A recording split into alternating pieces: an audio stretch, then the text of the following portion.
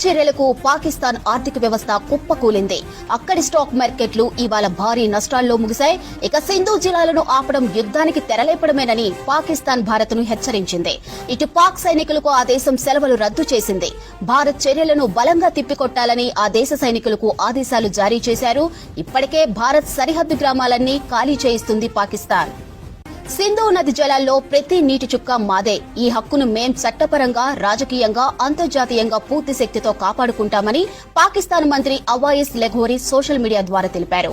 మరోవైపు భారత్ తీసుకున్న నిర్ణయాలపై చర్చించేందుకు పాక్ ఇవాళ కీలక సమావేశం నిర్వహించింది. ఇస్లామాబాద్ లో ఆ దేశ ప్రధాని షహబాజ్ షరీఫ్ అధ్యక్షతన జాతీయ భద్రతా కమిటీ సమావేశం జరిగింది. ఇక ఈ భేటీలో పాక్ సైన్యానికి చెందిన ఉన్నతాధికారులు, మంత్రులు, భద్రతా కమిటీ సభ్యులు, ఇతర సీనియర్ అధికారులు